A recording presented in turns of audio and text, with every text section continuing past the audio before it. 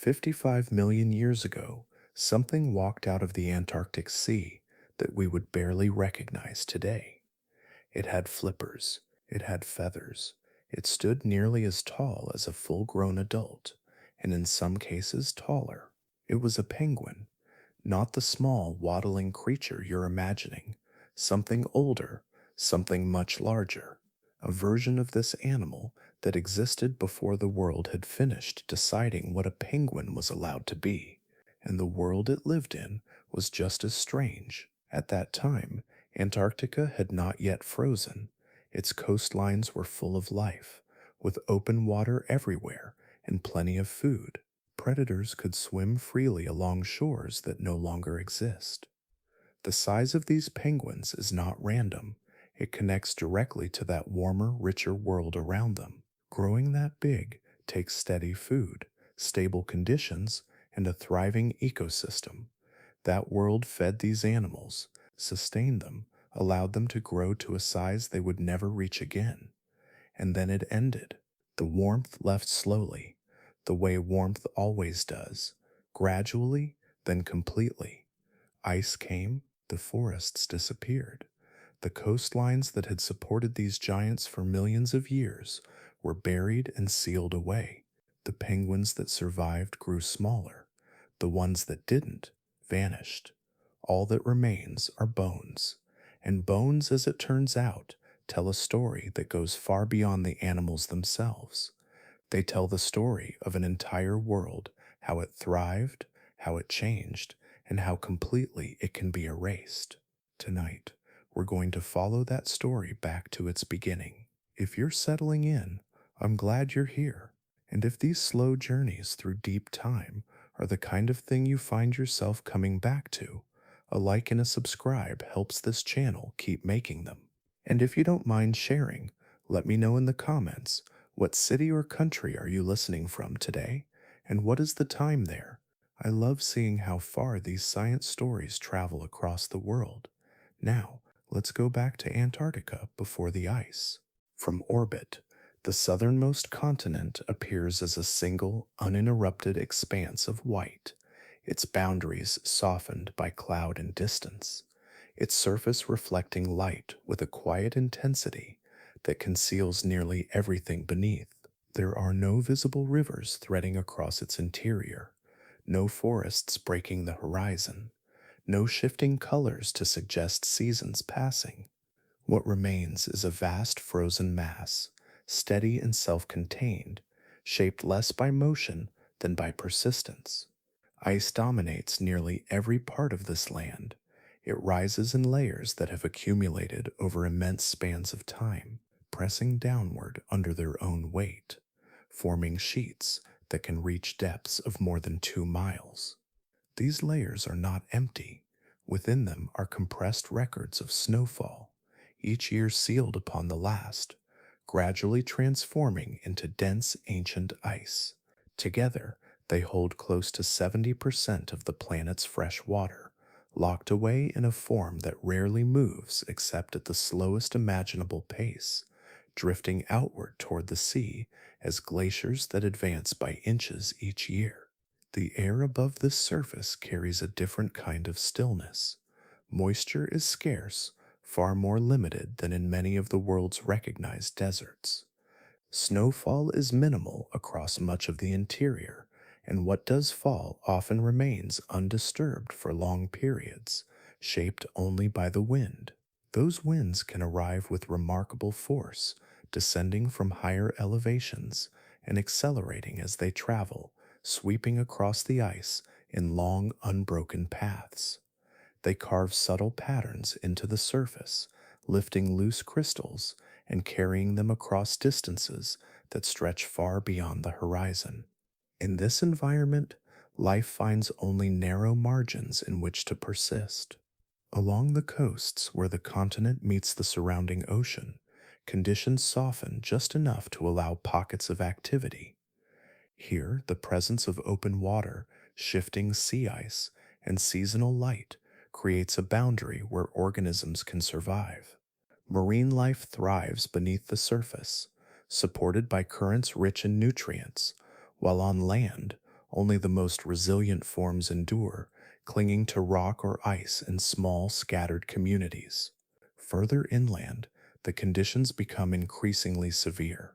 Temperatures remain low throughout the year, with little variation to ease their intensity.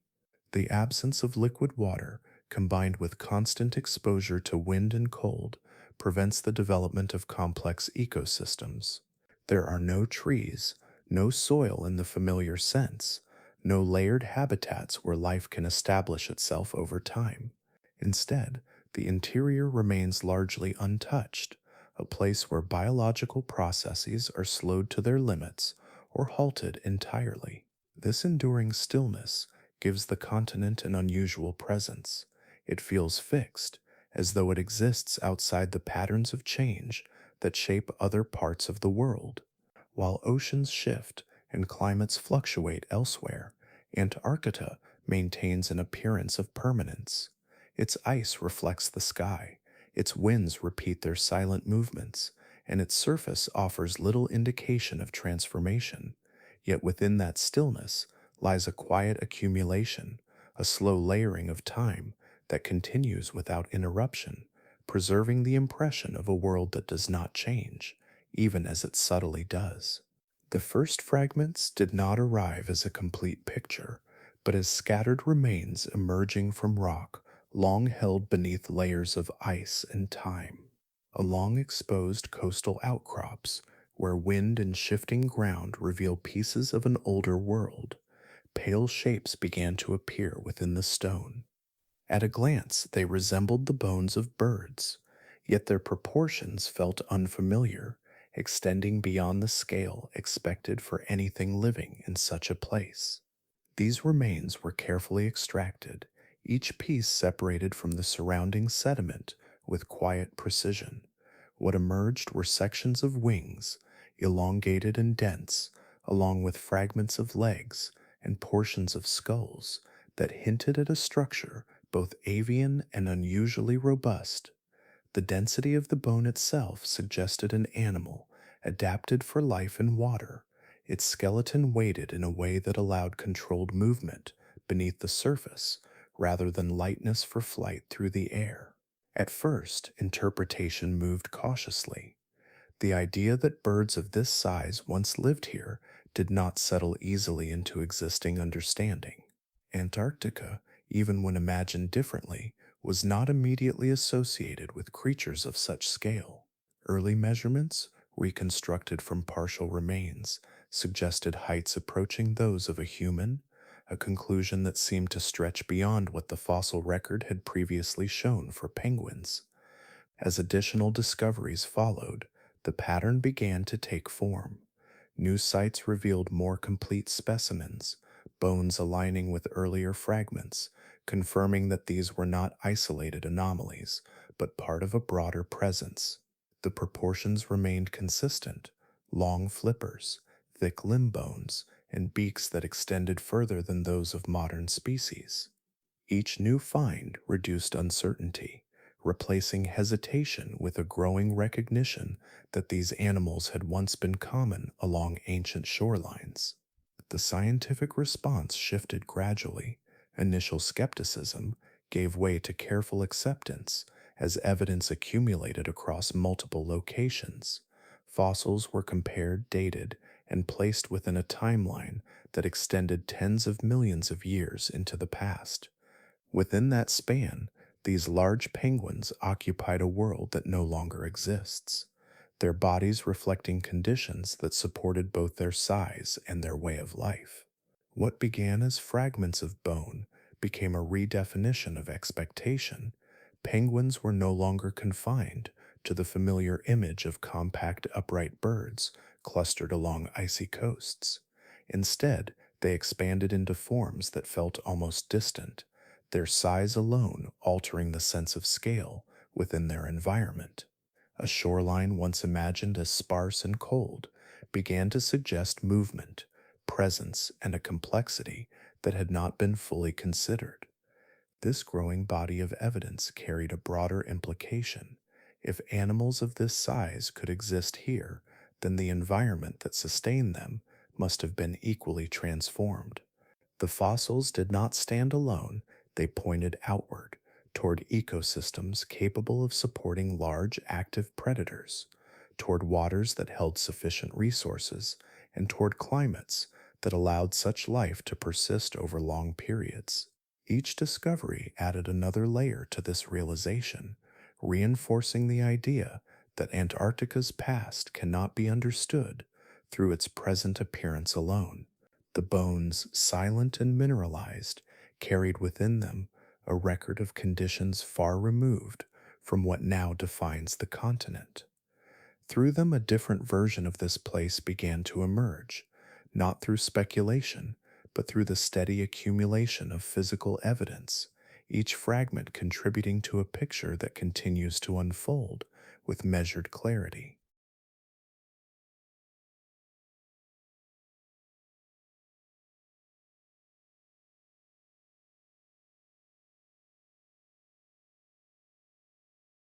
Height becomes the first detail that reshapes the image, not in a sudden, exaggerated way, but gradually, as measurements align and proportions settle into place, revealing bodies that rise far beyond the scale of any living counterpart. These penguins stood between 5 and 6 feet tall, their presence defined not only by vertical reach, but by a structure that carried that height with balance and purpose. When reconstructed, they do not appear oversized in the way of distortion, but complete, as though their scale belonged naturally to the world they inhabited. The length of the beak extends this impression further. It projects forward with a narrow, tapered form, longer than those seen in modern species, suggesting a different approach to movement and capture beneath the surface. The skull supports it with a solidity that blends into a neck built for controlled motion, neither delicate nor exaggerated, but aligned with a body shaped by repeated immersion in water. Each proportion leads into the next, forming a continuous design that prioritizes strength and efficiency. The torso carries a weight that feels grounded. Bone density increases throughout the skeleton, reducing buoyancy and allowing the animal to descend with less resistance. Wings, no longer suited for flight in air, are transformed into elongated flippers, their structure compact and powerful. These are not limbs that suggest clumsy motion on land, but instruments shaped for propulsion, cutting through water with steady force. The familiar image of waddling becomes less applicable here, replaced by a sense of deliberate movement that remains close to the ground when on land and far more fluid once submerged. In posture, there is a subtle shift as well. Modern penguins often appear upright, their bodies aligned vertically when standing still. These earlier forms carry a slightly different balance, their center of mass distributed in a way that leans forward, as though always oriented toward motion. This creates a silhouette that feels less formal, less symmetrical, and more adapted to transition between surfaces, from shoreline to open water, from stillness to movement, without clear separation. Feather structure, though not always preserved in detail, can be inferred through comparison with related species and environmental context. Insulation remains essential, yet the arrangement likely differs in density and layering, reflecting conditions that did not demand the same level of thermal resistance seen today.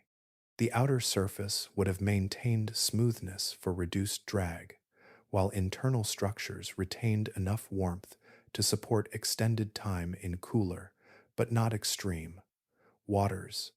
What emerges from these combined features is a presence that feels distinct from the penguins commonly recognized. The differences are not limited to size alone, but extend through proportion, posture, and movement, creating an animal that occupies a separate place within its lineage. It is familiar in outline, yet altered in detail, enough to shift perception without breaking continuity. As these forms are placed within their environment, the scale of that environment begins to adjust in response. Shorelines once imagined as quiet edges now accommodate larger bodies moving with purpose, entering and leaving the water in rhythms that suggest a more active system. The surrounding life, the availability of space, and the structure of the ecosystem must all expand to support such inhabitants. In this way, their size does more than define the animals themselves. It reshapes the entire setting, allowing a different version of Antarctica to take form, one where magnitude and motion align in a way that feels coherent within its own time. Names tend to settle over things long after their forms have changed, carrying familiar meanings into places where they no longer fully apply. The word penguin brings with it a clear image: compact bodies, upright stance, short steps across ice, and a rhythm that feels almost predictable. Yet the animals emerging from these older layers resist that image in quiet, persistent ways, holding on to only the broadest outline of what the name suggests. Their posture shifts first, not dramatically, but enough to alter the way the body is carried. Rather than standing fully upright, the spine angles forward, distributing weight through a lower center of balance.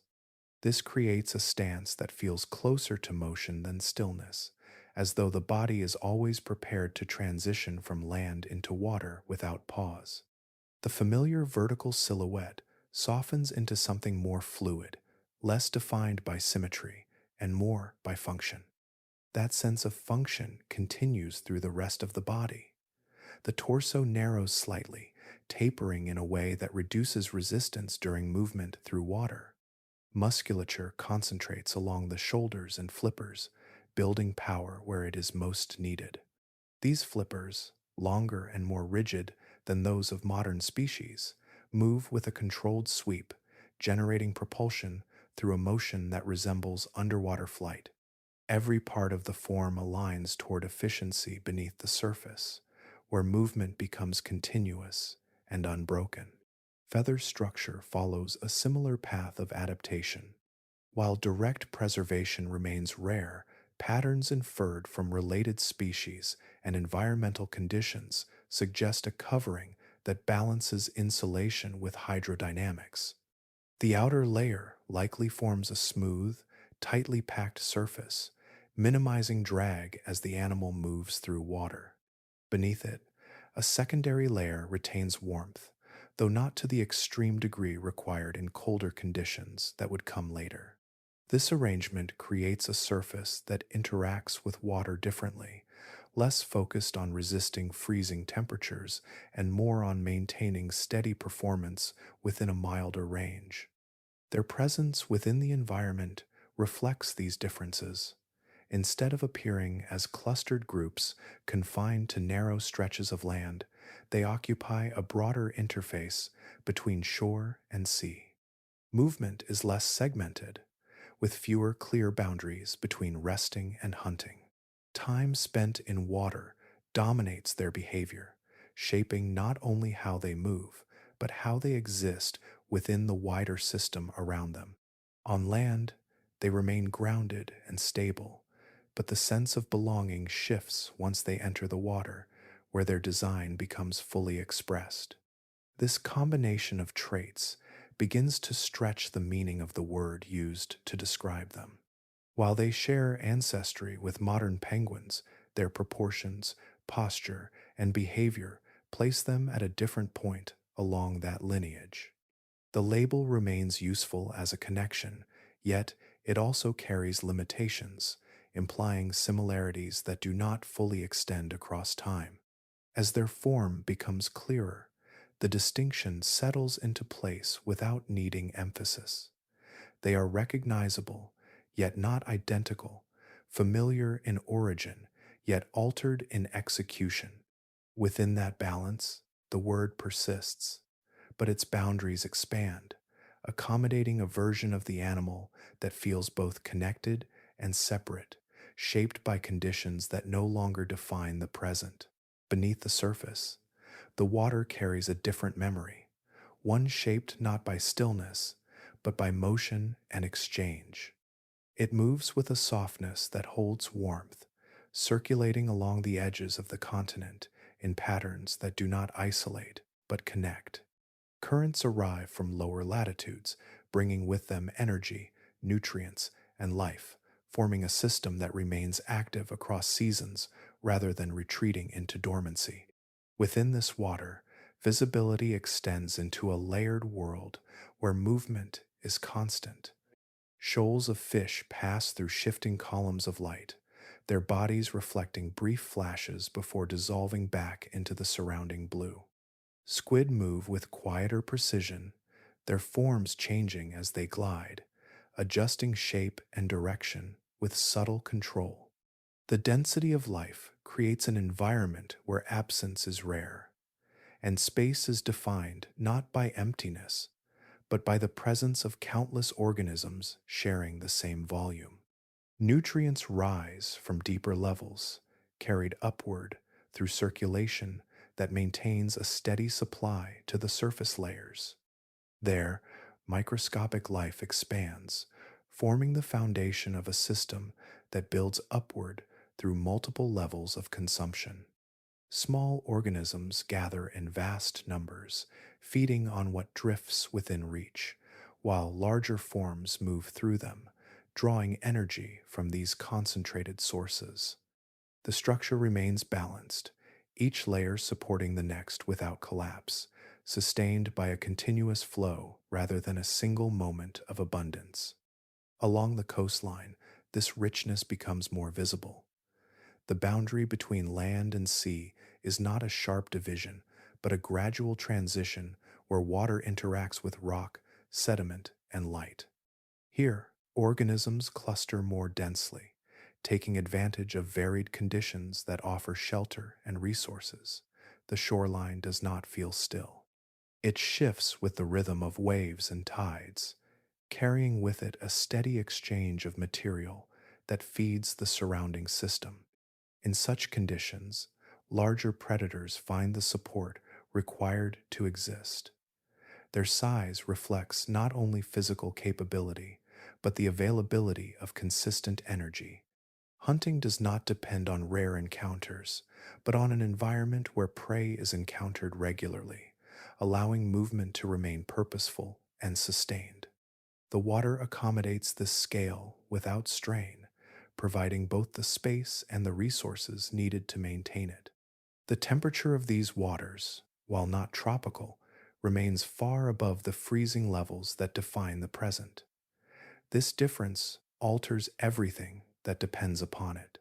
Movement remains fluid without the interference of forming ice, and life continues without interruption from seasonal extremes that would otherwise limit activity. The system remains open, accessible, and interconnected, allowing species to occupy roles that would later become impossible. Sound travels differently here as well, carried through a medium filled with motion. Subtle disturbances ripple outward, blending with the constant background of shifting water and moving bodies. The environment does not settle into silence, but maintains a steady presence, shaped by the interactions occurring within it. As these elements come together, the image of the coastline changes. It no longer suggests isolation, but connection, a place where land meets an active, living system that extends far beyond the visible edge. The water holds its own structure, its own continuity, shaping the conditions that surround it and sustaining a network of life that moves without pause, guided by currents that never fully cease. Motion begins not at the surface, but just beneath it, where the body finds its natural orientation and the surrounding water becomes something to move through rather than resist. The transition is immediate, almost seamless, as limbs that appear rigid on land take on a different role, extending outward and pulling inward with measured force. Each stroke carries the body forward in a steady glide, followed by another, creating a rhythm that feels continuous rather than segmented. The wings, no longer suited for air, function as flippers shaped for propulsion. Their structure is firm, with joints that limit flexibility in certain directions while reinforcing strength in others. This design allows each movement to transfer energy efficiently into the water, minimizing loss and maximizing forward motion. As they sweep downward and backward, they generate lift and thrust at the same time, creating a pattern similar to flight, though adapted entirely for a denser medium. Between these strokes, the body enters brief periods of glide, during which momentum carries it forward without additional effort. The streamlined shape reduces resistance, allowing distance to be covered with minimal interruption. The head remains aligned with the direction of travel, the elongated beak acting almost as a guide, cutting through the water ahead of the body. The entire form works as a single unit, each part contributing to the same purpose without excess movement. Speed emerges from this efficiency rather than from sudden bursts. Acceleration builds through repeated strokes, each one reinforcing the last, until the animal moves with a pace that allows it to close distance quickly. Direction changes occur with subtle adjustments: a shift in flipper angle, a slight turn of the body, enough to alter trajectory without breaking flow. This control allows movement to remain smooth even as it adapts to the presence of other organisms. Agility follows naturally from this balance of strength and control. The ability to move through varying depths, to rise and descend without hesitation, expands the range of possible interactions within the water. Rather than being confined to a single layer, these animals navigate through a vertical space, responding to movement above and below with equal ease. Their path is not linear, but dynamic, shaped by the distribution of life around them. Hunting behavior aligns closely with these capabilities. Instead of relying on chance encounters, movement becomes a method of searching, covering space with deliberate intention. When prey is detected, the approach remains controlled, closing distance without sudden disruption. The final moments involve a precise adjustment, a narrowing of focus, and a quick extension of the beak, guided by the alignment of the body and the momentum already established. The interaction is brief, often completed within a single motion before the body returns to its previous rhythm. There is no prolonged struggle, only a continuation of movement that carries the animal onward. In this way, feeding becomes integrated into the flow of motion rather than interrupting it. As this pattern repeats, it defines not only how these animals move, but how they exist within their environment. The water is not simply a setting, but an active space that shapes behavior, form, and interaction. Within it, motion remains constant, guided by structures refined over time, allowing each movement to connect seamlessly with the next, forming a continuous presence that moves without pause. Prey reveals itself in fragments before it is fully seen, a faint shift in direction, a brief disturbance within the layered movement of the water, a subtle contrast against the surrounding field of life. Within this dense environment, attention narrows toward these signals, guided by senses attuned to motion rather than still form. The body adjusts almost imperceptibly, aligning itself with a path that leads through clusters of smaller organisms toward something more substantial. Fish form a consistent part of this pursuit, moving in coordinated groups that respond collectively to changes around them. Their bodies turn in unison, creating shifting patterns that expand and contract as they travel. Within these formations, individuals remain close, reducing exposure through proximity, yet this same arrangement concentrates them into targets that can be approached with calculated precision. The approach does not disrupt the entire group at once, but focuses on a narrowing point, where distance closes before the pattern can fully shift away. Squid move differently, their motion less uniform, shaped by rapid changes in direction and depth. Their bodies flex and contract, propelling them forward in short bursts, then pausing within the water as if suspended between movements. This variability introduces a different kind of pursuit, one that requires constant adjustment rather than a single, continuous path. The elongated beak aligns with these shifts, allowing for quick extension when alignment is achieved, turning brief opportunities into completed captures. Other marine animals occupy the same space, forming a broader network of interactions that extends beyond a single type of prey. Smaller organisms gather in dense concentrations, feeding on microscopic life, while slightly larger species move among them, creating layers of activity that overlap without merging. Within this structure, the presence of a large predator introduces a controlled disruption, not scattering everything at once, but selecting specific points within the flow where energy can be transferred from one form to another. The availability of food remains consistent enough to support this pattern over time. Nutrients circulate through the system in a way that maintains balance, preventing depletion while allowing growth at multiple levels. This continuity removes the need for prolonged searching, allowing movement to remain focused and efficient. Feeding becomes part of a broader rhythm, integrated into the cycles of motion that define daily activity. Position within this system reflects both capability and access. These animals operate near the upper levels of their local food web, not in isolation, but in relation to the layers beneath them. Their size grants reach and control, allowing them to engage with prey that smaller species cannot easily target. It also provides stability during pursuit, maintaining momentum through interactions that might otherwise interrupt movement. That size carries additional advantages beneath the surface. A larger body retains energy more effectively, supporting extended periods of activity without immediate need for rest.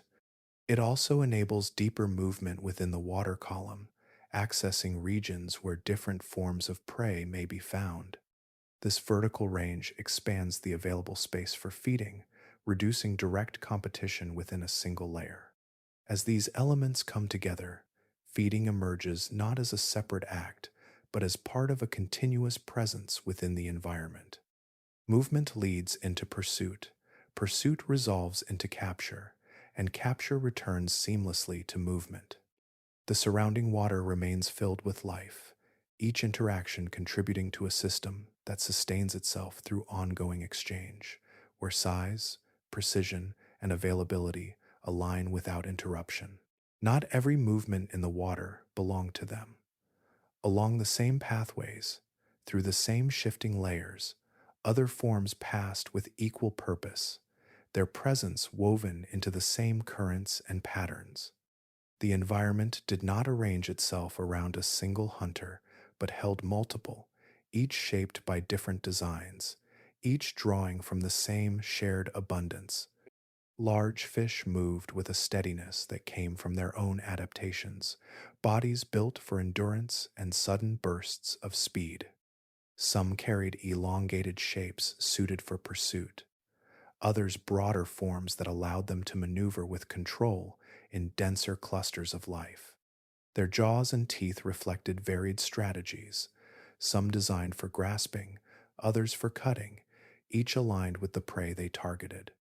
These fish occupied similar depths, intersecting with the paths of the penguins without clear boundaries, their movements occasionally overlapping in quiet moments of proximity. Among them, early marine mammals began to take form, their bodies marking a transition between land and sea. They carried traces of terrestrial origin, yet their limbs and torsos had already shifted toward aquatic movement. Their breathing tied them to the surface, but beneath it they moved with growing confidence, exploring the same regions where prey gathered. Though not yet fully specialized, their presence introduced a different rhythm, one that blended intervals of diving with brief returns to air, creating patterns distinct from those of the birds. In this shared space, encounters did not always lead to direct conflict, but neither were they without consequence. Competition emerged through timing and positioning, through who reached a moving cluster first, through who maintained control of a chosen path. The availability of food reduced the need for constant confrontation, yet the overlap remained, shaping behavior in subtle ways. Movement became not only a matter of pursuit, but also of awareness, adjusting course to avoid unnecessary expenditure while maintaining access to resources. The balance within this system depended on these interactions. No single group dominated entirely, and no single form dictated the structure of the environment. Instead, each contributed to a network where presence was distributed across multiple levels. Predators shared the upper ranges of the food web, their differences allowing them to occupy slightly varied roles, reducing direct overlap while maintaining a shared influence on the system below. Intensity existed within this balance, though it rarely appeared as open struggle. It was carried in the constant need to remain efficient, to move with purpose, to respond to changes in the surrounding flow. Energy gained from feeding had to offset the energy spent in pursuit, creating a continuous calculation that shaped behavior over time. Success depended not on overpowering all others, but on sustaining this balance within a dynamic environment. As these interactions continued, they reinforced the structure of the ecosystem itself. Prey populations remained in motion, responding to multiple forms of pressure, while predators adapted to each other's presence without eliminating it. The result was a system that remained active and interconnected, defined not by dominance, but by coexistence within a shared space. Within this setting, the large penguins held their place, neither isolated nor supreme, but integrated into a broader pattern that sustained itself through the combined presence of many forms, each moving through the same water, each shaping it in return. Size, in this setting, is not an excess but a consequence, shaped gradually by conditions that favor expansion over restraint. It emerges over generations, guided by the quiet influence of temperature, resource availability, and the absence of pressures that would otherwise limit growth. The bodies of these animals reflect that accumulation, each increase in scale supported by an environment that can sustain it without imbalance. The surrounding climate plays a central role in this process. Waters that remain cool, yet unfrozen, create a narrow thermal range where larger forms can persist without the constant strain of heat loss that defines harsher conditions. In such an environment, body mass becomes an advantage, slowing the rate at which internal warmth dissipates into the surrounding water. This allows energy to be conserved more effectively, reducing the need for constant intake and enabling longer periods of sustained activity. This thermal stability also influences development over time. With fewer extremes to interrupt growth cycles, individuals can reach greater sizes before maturity, and those traits can pass forward through successive generations. The result is not a sudden increase, but a steady shift in average proportions, each generation carrying slightly more mass, slightly more reach, until the form settles into a new scale that aligns with its surroundings. On land, the absence of significant predators removes another constraint. Without the constant risk of attack during resting or breeding, there is less pressure to remain small, agile, or easily concealed. Larger bodies, which might otherwise attract attention or hinder rapid escape, become viable. Movement across the shoreline does not require the same level of caution, allowing size to develop without introducing vulnerability. This freedom from terrestrial threat creates a space where physical expansion can occur without immediate cost. Beneath the surface, increased size offers additional advantages. A larger body can store more oxygen within its tissues, extending the duration of each dive. This capacity allows movement into deeper layers where different forms of prey may be found, expanding the range of available resources. The descent itself becomes more controlled as greater mass reduces the effort required to overcome buoyancy, allowing the body to sink with less resistance and maintain depth with minimal adjustment. The return to the surface follows a similar efficiency, with stored energy supporting the ascent without sudden exertion. This balance between descent and ascent creates a cycle of movement that remains steady, reducing fatigue and allowing repeated dives over extended periods. In this way, size contributes directly to the rhythm of feeding and exploration, shaping how these animals interact with the vertical space of the water. Energy efficiency extends beyond diving into daily activity.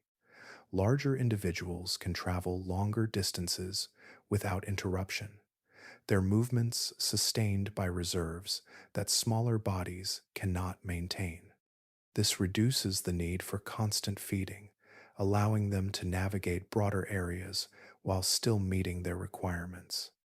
Over time, this efficiency reinforces the advantage of size, creating a feedback loop where larger forms continue to succeed within the same conditions that produce them. As these factors combine, growth becomes less a singular trait and more a reflection of balance within the environment. Temperature, safety, and resource distribution align in a way that supports increased scale without disruption.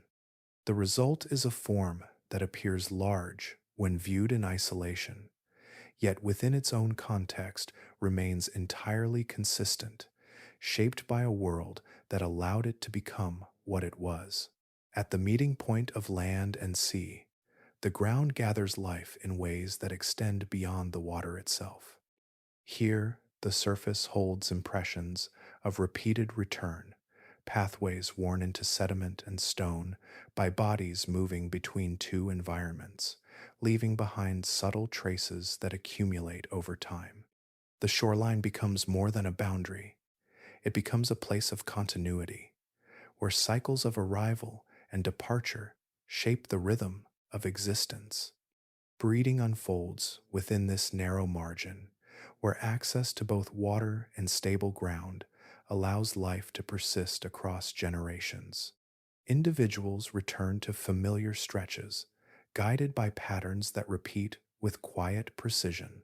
The terrain supports this process, offering space for nesting and proximity to feeding grounds, reducing the distance between survival and renewal. Each season builds upon the last, layering presence upon presence until the shoreline holds a memory of countless returns.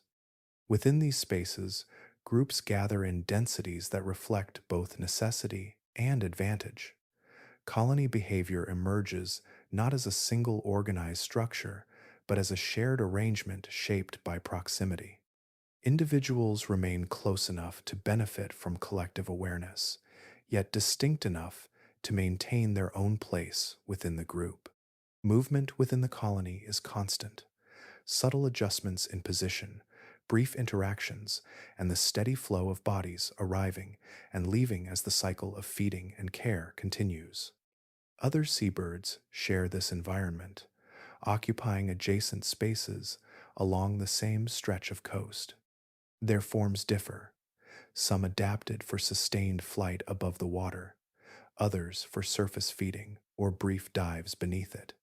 They move through the same air and land upon the same ground, creating layers of activity that overlap without merging. Interactions remain brief and functional, guided by shared use of space rather than direct dependence. The presence of multiple species contributes to a landscape that rarely settles into stillness. Wings move overhead, bodies shift across the ground, and the boundary between air and land remains active throughout the day. Sound carries across this space, not as a single dominant call, but as a blend of overlapping signals, each tied to a specific action or response. These sounds do not interrupt the environment, but form part of its structure, marking moments of arrival, departure, and interaction. Light changes across the shoreline without halting this activity. As the angle of the sun shifts, shadows lengthen and shorten, yet the movement continues, guided less by time of day and more by the needs of the animals present. The continuity of this motion creates an impression of persistence, where individual actions blend into a larger pattern that remains steady even as its components change. The ground itself reflects this ongoing presence. Surfaces become marked by repeated use, subtle depressions forming where bodies rest, pathways emerging where movement concentrates. These features do not remain fixed, but evolve gradually, shaped by each new cycle that passes through the same space. Within this setting, life exists in a form that is both structured and fluid. The shoreline supports a network of interactions that extend across species and behaviors, each contributing to a system that remains active without requiring constant change. Movement, sound, and presence combine into a landscape that feels inhabited at every moment, defined not by any single element, but by the continuous flow of life along its edge. Before the surface settled into its present form, the land carried a different rhythm, one shaped by flowing water and exposed ground rather than compression and stillness. Across wide stretches, the terrain remained open, not sealed beneath continuous layers, but marked by variation, where elevation, moisture, and temperature created a range of environments within a single continent. The absence of permanent ice allowed these features to persist, forming patterns that shifted gradually rather than being locked into place. Rivers traced their paths across the landscape, gathering from higher ground and moving outward toward the coast. Their courses changed over time, adjusting to subtle shifts in terrain, leaving behind channels that recorded their passage. Along their edges, sediments accumulated, creating fertile zones where life could establish itself. These waterways connected distant regions, carrying nutrients and supporting networks that extended far beyond their immediate banks.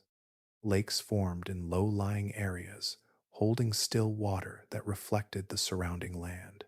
Their surfaces responded to seasonal variation, expanding and contracting with changes in precipitation and temperature.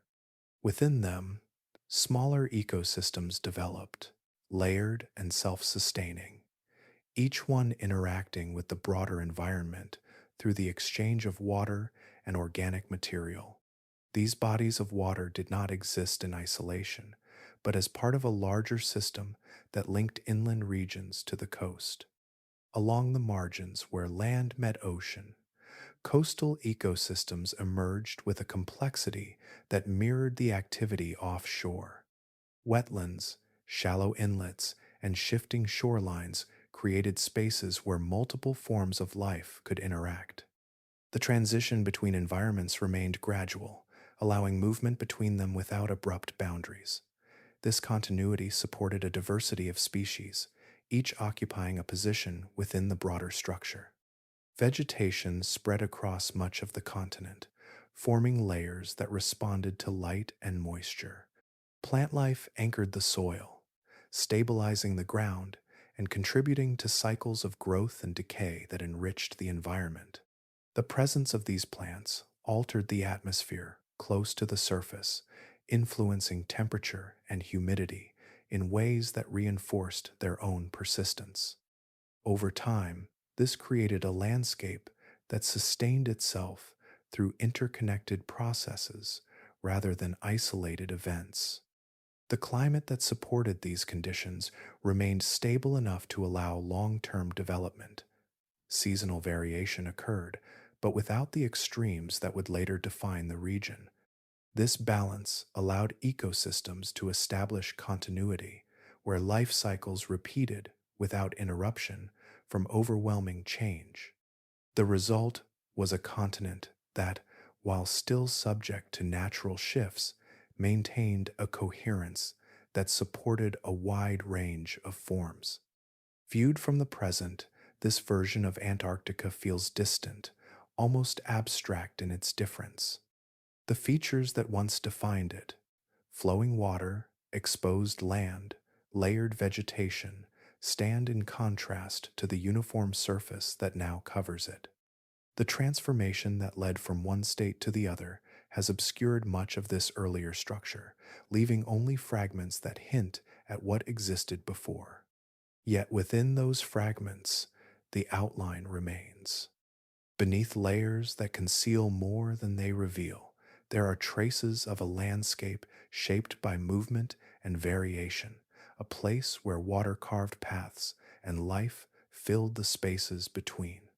This earlier form does not align easily with the current image of the continent, yet it persists as a record embedded within the ground, waiting beneath the surface where it once unfolded openly. Traces of wood appear where none should remain, preserved within layers that no longer support anything living above them.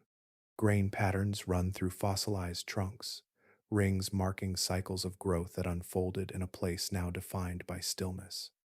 These remnants do not stand upright as they once did, yet their structure holds, recording a landscape where trees once rooted themselves firmly into the ground. The forests they formed extended across regions that now lie buried, their canopies shaping the atmosphere close to the surface.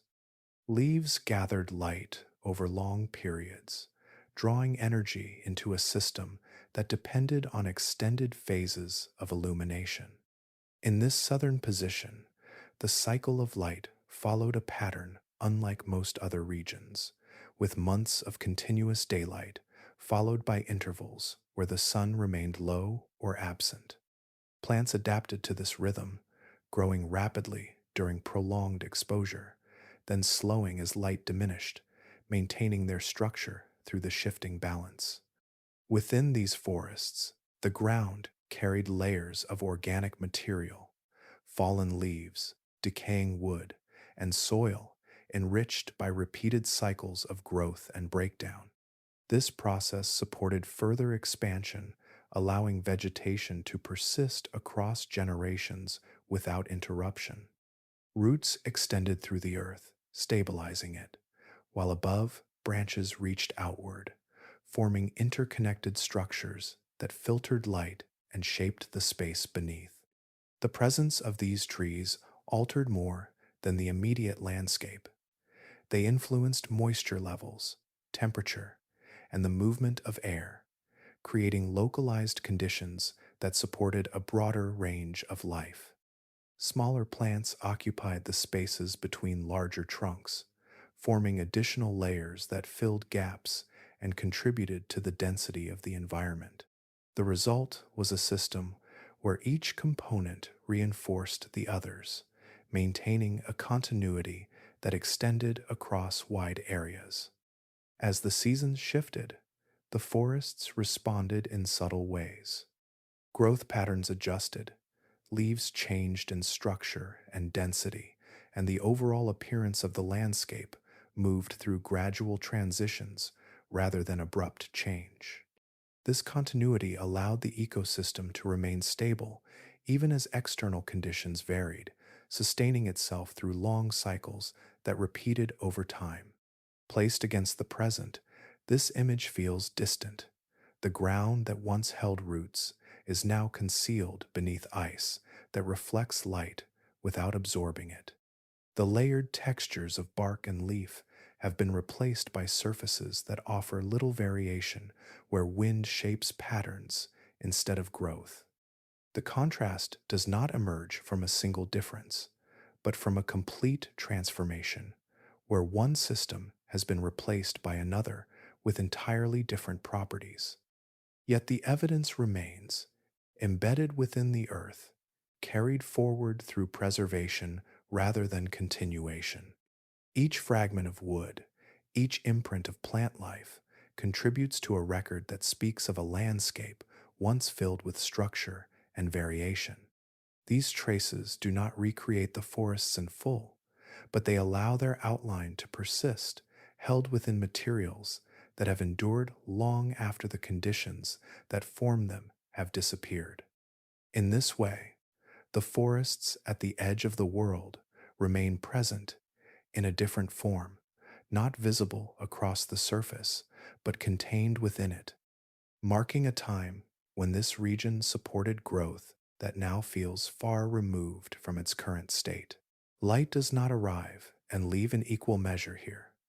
Instead, it lingers, stretching across long spans of time, settling over the land in a way that softens the boundary between day and night. The sun moves low across the sky, tracing wide arcs that never rise far above the horizon, yet remain present, casting a steady glow that continues without interruption for months at a time. During these extended periods, the landscape exists within a sustained brightness. Shadows lengthen and shift slowly, changing direction without ever fully disappearing. The air carries a consistent illumination, neither sharp nor dim, but evenly spread, allowing movement and activity to continue without the clear divisions found in other regions. Time becomes less tied to the rise and fall of the sun and more to internal rhythms that develop within the living systems themselves. As the cycle progresses, this constant light gradually gives way to a different state.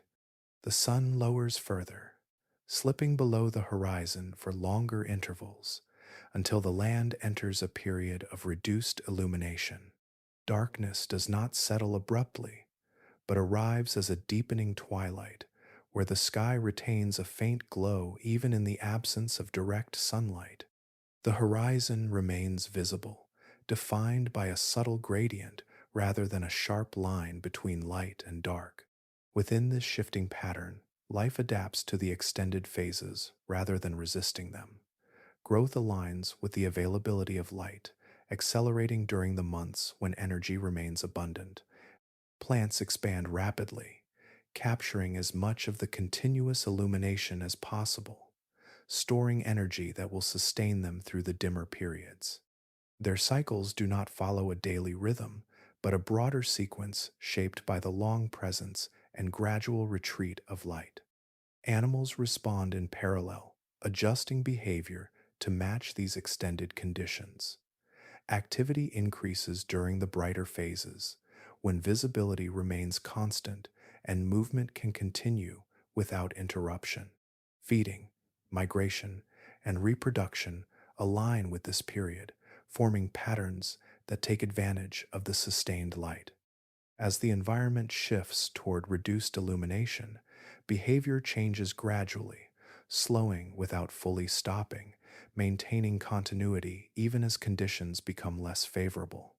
Navigation within this environment relies less on immediate visual cues and more on broader patterns. The position of the sun, even when low, provides a reference that shifts slowly over time. During the dimmer months, subtle changes in brightness and the presence of reflected light from the landscape offer enough guidance to maintain orientation. These cues, though faint, remain consistent, allowing movement to continue without the need for complete darkness or full daylight. The atmosphere itself participates in this cycle. Light interacts with particles in the air, creating a softness that diffuses across the sky, blending colors and reducing contrast. This effect extends the sense of illumination beyond the direct presence of the sun, maintaining visibility even as its position changes. The result is a sky that never fully closes, always holding some trace of light within it. Over time, this pattern becomes an integral part of the environment, shaping not only how organisms live, but how the entire system functions. The extended phases of light and dimness create a rhythm that differs from more familiar cycles, yet remains consistent within its own structure. Within this framework, life continues without interruption, guided by a sky that transitions slowly, never fully surrendering to darkness. Change does not arrive with a clear boundary, but begins as a slight alteration in patterns that once held steady. The shifts are small at first, almost indistinguishable from the natural variation that moves through any long span of time. Temperatures ease downward by narrow margins, not enough to transform the landscape immediately, but sufficient to begin adjusting the balance that has long supported it. The atmosphere reflects these changes in composition and circulation. Gases that influence heat retention fluctuate in concentration, altering how energy is held close to the surface. Air currents adjust their paths, redistributing warmth across regions in ways that differ from earlier patterns. These changes remain subtle, yet their effects accumulate, shaping conditions over extended periods rather than through sudden events. Oceans respond in parallel, their vast volumes absorbing and redistributing the shifts taking place above. Currents begin to reorganize, influenced by temperature differences that gradually intensify.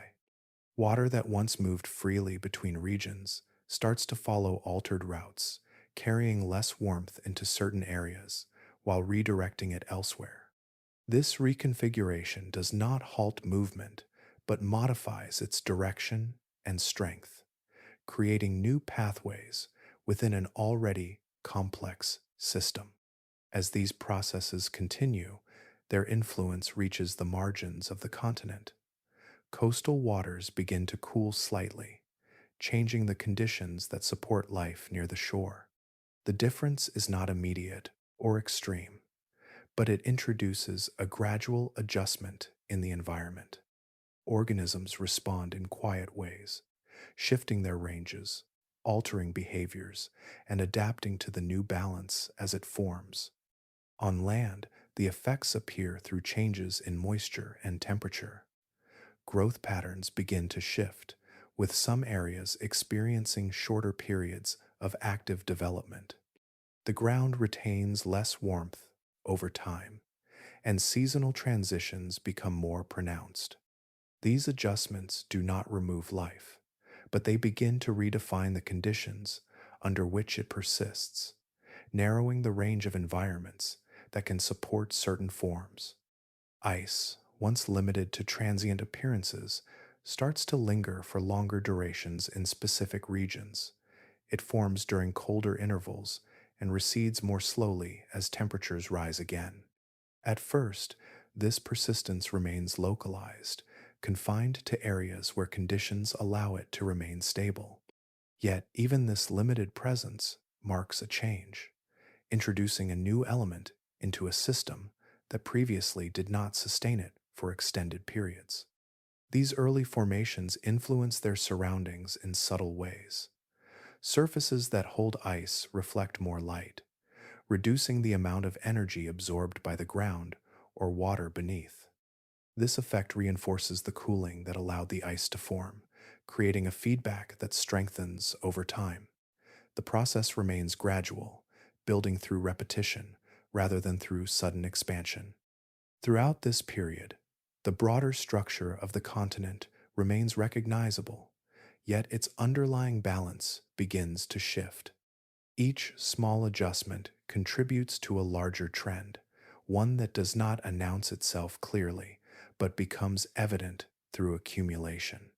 Patterns that once defined stability begin to give way to new arrangements, guided by forces that operate across scales, both large and small. In this way, the first signs of transformation settle into place, not as a single moment, but as a sequence of changes that move quietly through the system, preparing the conditions that will continue to evolve long after their beginnings have passed. The ground beneath the continent does not remain fixed, but moves with a pace so slow It escapes immediate notice, carrying entire land masses across the surface of the planet over immense spans of time.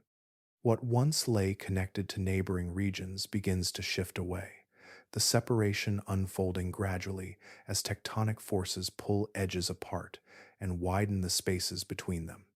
This movement does not occur in a single direction, but as part of a larger pattern that rearranges continents across the globe. The southern landmass, once joined to others, drifts further into its own position, increasing the distance between itself and the nearest land. The connections that once allowed exchange across these boundaries begin to diminish, replaced by open ocean that expands steadily over millions of years. As the separation continues, isolation becomes more pronounced. The continent no longer shares the same pathways for movement that once linked it to surrounding regions.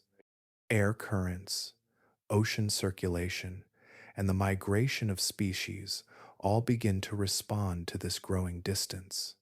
What was once part of a connected system starts to operate more independently, its conditions shaped increasingly by its own position rather than by direct influence from neighboring lands. The oceans surrounding the continent adjust to this new arrangement. Water that once flowed freely between landmasses encounters fewer barriers, allowing it to move in broader, uninterrupted paths. These shifts in circulation alter the distribution of temperature and nutrients, gradually redefining the environment along the continent's edges. The flow becomes more continuous, less interrupted by the presence of adjacent land, creating patterns that extend around the entire southern region. This developing isolation influences climate in subtle ways. With fewer land connections, the exchange of heat between regions becomes more limited. The continent begins to retain less warmth from lower latitudes as the pathways that once carried it become less direct. Over time, this contributes to a gradual cooling, reinforcing the changes already taking place within the atmosphere and oceans. Life responds to this separation by adjusting its distribution. Species that once moved between connected lands find their routes altered or removed entirely. Some adapt to the increasing distance, while others remain confined to their existing ranges. The continent's ecosystems begin to take on a more distinct character, shaped by the species that persist within its boundaries and the conditions that continue to evolve. The surrounding ocean becomes a defining feature of this new state. It no longer serves only as a boundary, but as a dynamic system that encircles the land, influencing everything within it. Currents strengthen and reorganize, forming continuous loops that move water around the continent in a way that was not possible before. These patterns further reinforce isolation, limiting the transfer of warmth and maintaining the separation that has been gradually established. Through this slow movement, the continent transitions from a connected part of a larger whole into a more self-contained system. The change is not abrupt, but unfolds over vast stretches of time, each small shift contributing to a larger transformation. By the time the separation becomes fully realized, the continent exists within its own surrounding system, shaped by distance, encircled by moving water, and defined by a growing sense of isolation that continues to deepen as time passes. Around the margins of the continent, movement begins to organize into a pattern that does not settle, a continuous flow that traces a path without interruption, guided by the open ocean that now surrounds the land on all sides. With no continents remaining to block its course, water is free to travel in a complete circuit, forming a current that encircles the southern region with quiet persistence. This circulation strengthens over time, shaped by differences in temperature and the influence of prevailing winds that push the surface layers forward. The motion extends downward, linking shallow and deeper waters into a connected system that moves as a whole. Rather than dispersing in multiple directions, the flow aligns into a single, continuous loop, maintaining its path with remarkable stability across vast distances. The water within this current carries a distinct thermal character, cooler than the regions beyond it. It forms a boundary that separates the continent from the influence of warmer currents arriving from lower latitudes. As it circulates, it draws colder water into its path and retains it, reinforcing its own structure through repetition. The result is not a single barrier, but a moving ring that surrounds the land, maintaining a consistent difference between the interior and the outer ocean. This separation alters the exchange of heat that once reached the continent more directly. Warm water, previously able to approach and interact with the coastal regions, now encounters this circulating system and is diverted away. The pathways that once allowed energy to flow inward become restricted, replaced by routes that carry it elsewhere. The continent, in turn, begins to experience conditions shaped less by external warmth and more by the properties of the water that now surrounds it. The effect of this change unfolds gradually. Coastal temperatures begin to decline, not through sudden drops, but through a steady reduction in the warmth that arrives from distant regions. Seasonal variations become more pronounced, and the overall balance shifts toward cooler conditions. The ocean, now acting as both boundary and regulator, maintains this state by continuously circulating the same cooler water around the continent. Within this system, the persistence of motion becomes as important as the temperature itself. The current does not pause or weaken in a way that allows warm water to reestablish its previous influence. Instead, it continues uninterrupted, driven by forces that remain consistent over long periods. This continuity ensures that the separation it creates is maintained, reinforcing the cooling that has begun. The surrounding environment responds to this new arrangement. Patterns of life adjust to the changing conditions, while the physical structure of the coastline begins to reflect the gradual decline in temperature. The presence of colder water influences the formation of ice during colder intervals, allowing it to persist for longer durations than before. Each cycle builds upon the last, strengthening the trend that has been set in motion. Over time, this circulating system becomes a defining feature of the region. It does not simply accompany the continent, but shapes its future, establishing conditions that will continue to evolve long after its formation. Through its steady movement, it introduces a new balance, one where isolation is reinforced by temperature, and where the beginning of long-term cooling settles into place with quiet certainty. At first, the shift is measured not in what appears, but in what lingers. Cool intervals extend slightly longer than before, holding their presence across days and seasons with a persistence that begins to shape the rhythm of the environment. The warmth that once softened these periods retreats in small increments, leaving behind a balance that tilts quietly toward lower temperatures. Water near the surface responds with subtle changes in texture and behavior. During colder stretches, thin layers begin to form, fragile at first, appearing in sheltered areas where movement is minimal. These surfaces do not remain for long in the beginning, breaking apart as conditions shift, returning to liquid without resistance. Yet each time they appear, they remain just a little longer, holding through moments that once would have erased them entirely. As these intervals repeat, the presence of ice becomes less fleeting. Seasonal patterns begin to emerge, with colder months supporting more consistent formation. The edges of the coastline reflect this change, where patches of ice gather and disperse in cycles that grow increasingly predictable. The transition between states becomes more defined, with freezing and thawing establishing a rhythm that was once absent.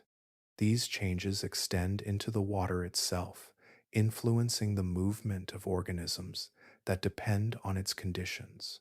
Some species adjust their ranges, shifting toward areas where the temperature remains within a tolerable range. Others adapt to the new patterns, altering behavior to accommodate the presence of ice and the changes it brings.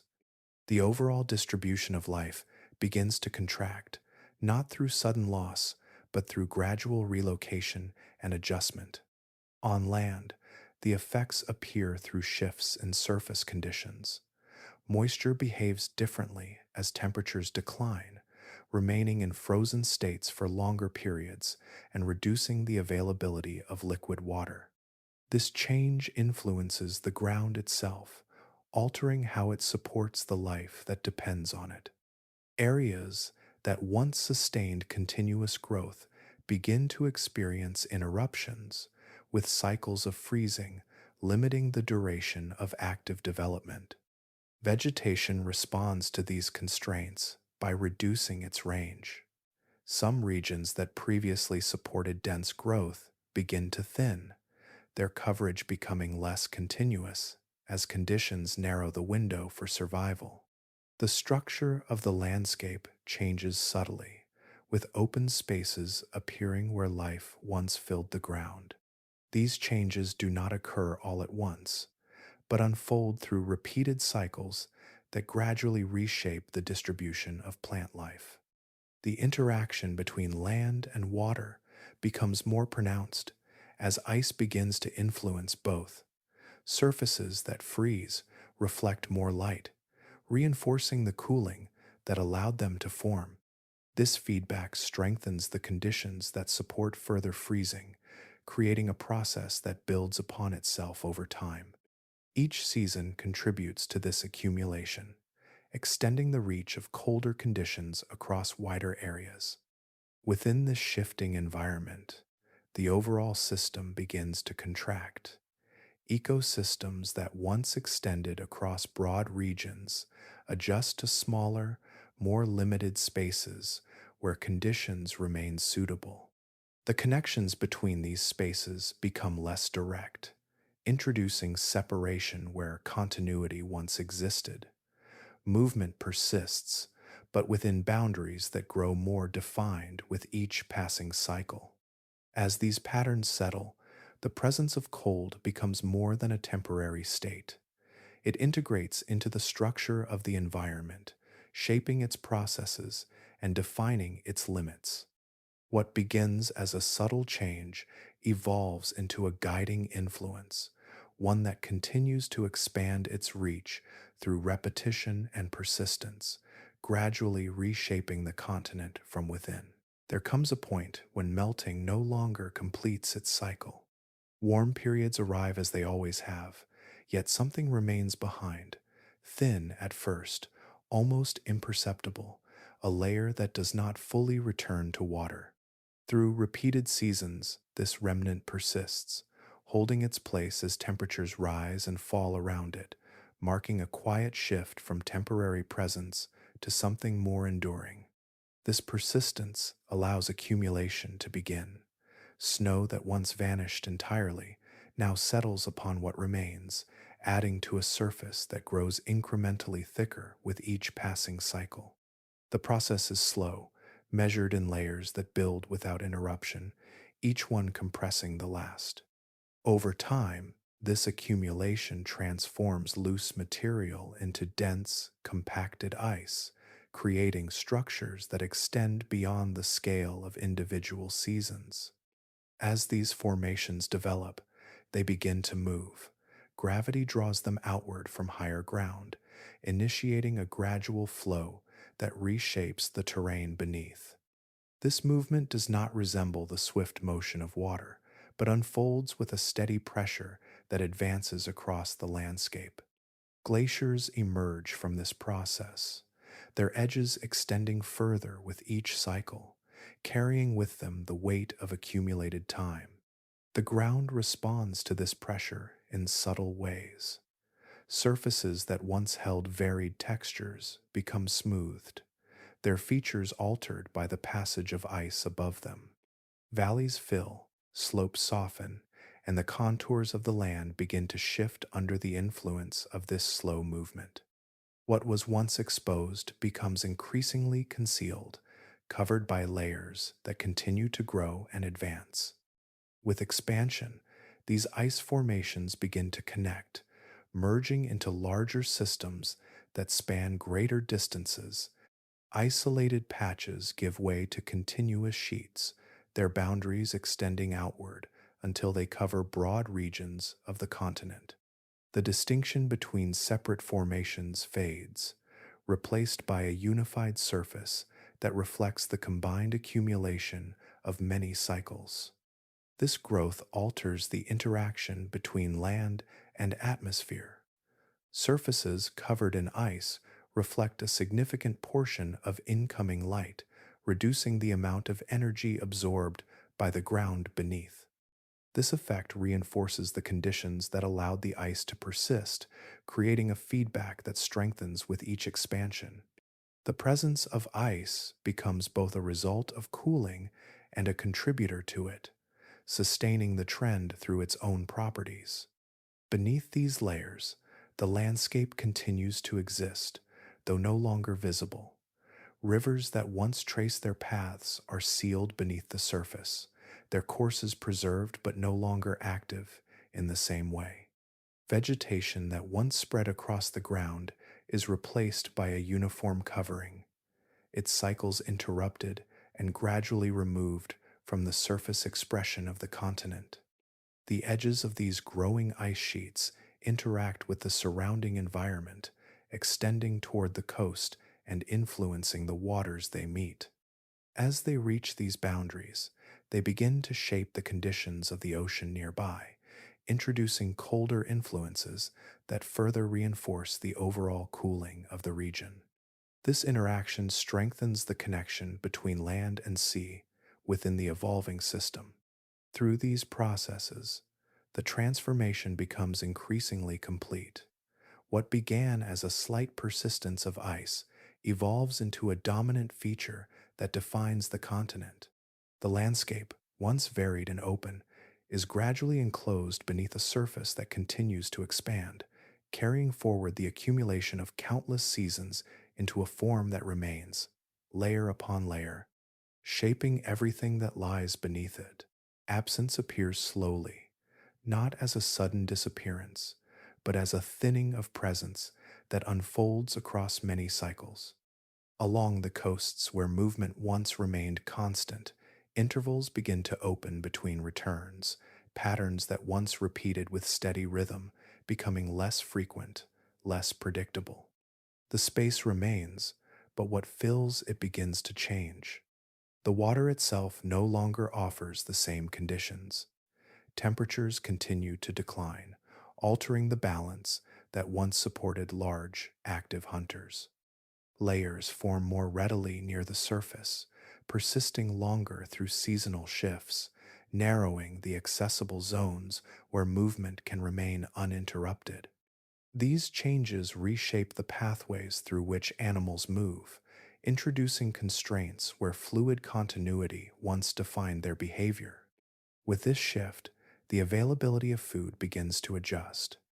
Species that once occupied these coastal regions respond to the changing environment in their own ways, some moving toward areas where conditions remain favorable, others adapting to colder ranges. The distribution of prey becomes less consistent, more dispersed across distances that require greater energy to navigate. What was once encountered regularly now appears with less predictability, altering the balance between effort and return. As resources shift, the interactions among predators begin to intensify. Different forms continue to occupy overlapping spaces, each responding to the same changes in temperature and availability. Movements that once allowed for separation now bring species into closer alignment, increasing the frequency of indirect competition. The shared reliance on fewer concentrated sources of food reshapes behavior, encouraging efficiency and adaptation in ways that do not favor all participants equally. For the larger penguins, these changes carry specific consequences. Their size, once supported by abundant resources and stable conditions, becomes more difficult to maintain within an environment that offers less consistent return. The energy required to sustain that scale increases relative to what the surroundings can provide. Movement remains efficient, but the distances required to locate sufficient food begin to extend beyond the balance that once supported them. At the same time, the physical structure of the coastline continues to evolve. Ice persists longer along the edges, altering the points of access between land and water. Areas that once allowed repeated use become less reliable, changing the patterns of return that shape their cycles of breeding and movement. The continuity of these patterns begins to fragment, reducing the stability that once supported successive generations. These factors do not act in isolation, but combine gradually, reinforcing one another across time. The environment becomes less accommodating to the specific conditions required by these animals, while remaining viable for others that can adapt more readily. This imbalance shifts the composition of the ecosystem, favoring forms that align more closely with the new structure. In the record left behind, this transition appears as a fading sequence. Fossils that once appear with regularity begin to space out, their presence becoming less frequent in successive layers. The remains do not vanish all at once, but diminish, marking a gradual withdrawal rather than a sudden end. Each layer holds fewer traces, reflecting the slow reduction of a population adjusting to conditions that no longer support its former scale. Over time, the pattern completes its course. The large forms that once moved through these waters no longer appear within the record, leaving behind only the evidence of their existence, embedded within the layers that continue to accumulate above them. In the space left behind, form begins to shift again, not by returning to what once was, but by adjusting toward what the environment now requires. Bodies appear that carry a different balance, reduced in scale, yet more concentrated in structure, shaped by conditions that favor retention over extension. The outline remains recognizable, yet the proportions settle into a new arrangement that aligns with the colder world taking hold. These emerging penguins carry smaller, more compact bodies, their mass distributed in a way that conserves heat more effectively. The surface area exposed to the surrounding air and water is reduced relative to their volume, slowing the loss of internal warmth. Layers of feathers become denser, forming an insulating barrier that traps air close to the skin, maintaining a stable internal temperature even as external conditions grow more severe. Beneath this outer layer, further adjustments take form. Circulatory patterns shift to retain heat within the core, limiting loss through extremities.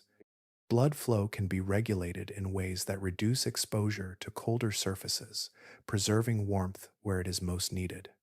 These changes do not alter the outward appearance dramatically, yet they redefine how the body interacts with its environment, allowing survival within ranges that would have previously imposed limits. Movement adapts alongside these structural changes. The same principles of underwater propulsion remain, yet the rhythm adjusts to match the colder, more variable conditions. Dives become more focused, often shorter in duration but repeated with consistency, aligning with prey that now exists within different distributions. Efficiency remains central, though it now operates within a narrower margin where energy must be conserved more carefully. On land, behavior shifts in response to the presence of persistent ice. Breeding grounds adjust to surfaces that are more stable, yet less forgiving, requiring careful selection of locations that offer both security and access to the water. Groups gather in patterns that reflect both protection and practicality, positioning themselves in ways that reduce exposure to wind and cold, while maintaining proximity to necessary resources. The surrounding environment shapes daily activity more directly.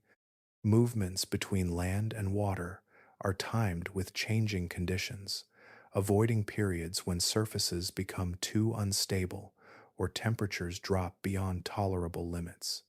These adjustments create a rhythm that differs from earlier patterns, one that responds closely to the constraints imposed by the evolving climate.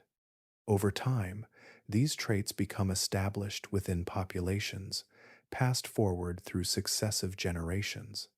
The form stabilizes, not through resistance to change, but through alignment with the conditions that now define the region. What emerges is a lineage that reflects adaptation rather than continuity, carrying forward elements of the past while reshaping them to fit the present.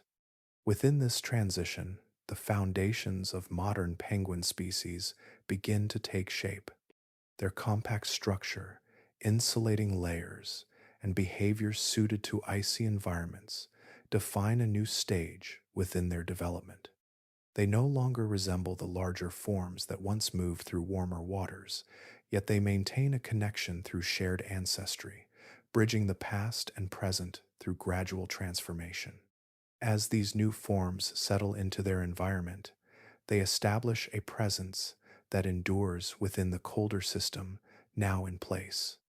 Their bodies, movements, and behaviors align with a landscape defined by ice and shifting light, allowing them to persist where earlier forms could not, marking the continuation of a lineage shaped by change rather than permanence.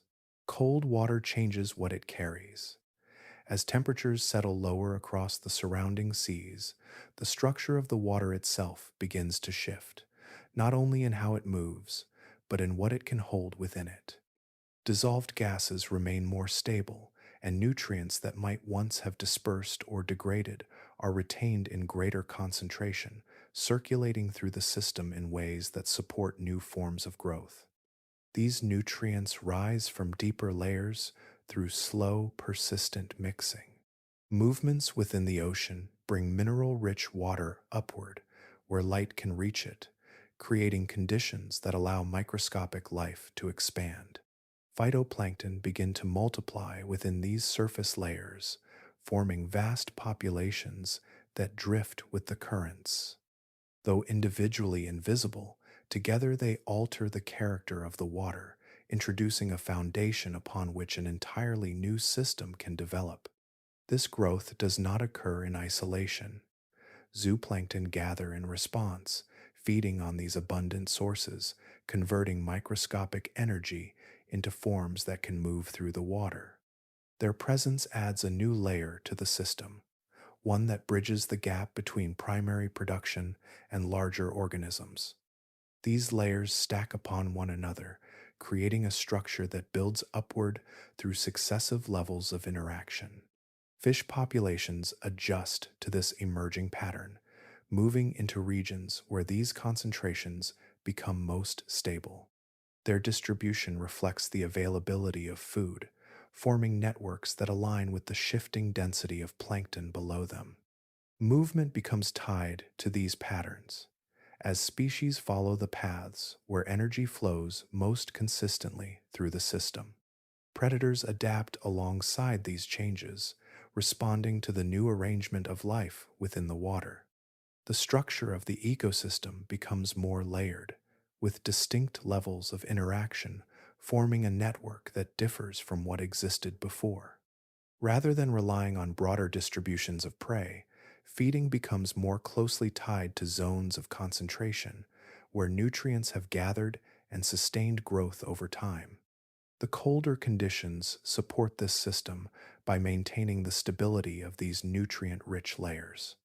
Reduced temperatures slow certain processes that would otherwise break down or disperse these resources, allowing them to persist within the water column. This persistence reinforces the growth of plankton, which in turn supports the layers above it, creating a cycle that continues through repeated interaction. Light plays a role within this structure, though it interacts differently with colder water. The surface remains the primary zone of growth, where energy from above can be captured and converted. Below, the layers extend into dimmer regions where organisms adapt to reduced visibility, relying on other cues to navigate and feed. This vertical arrangement creates a system that spans multiple depths, each layer connected through the movement of energy.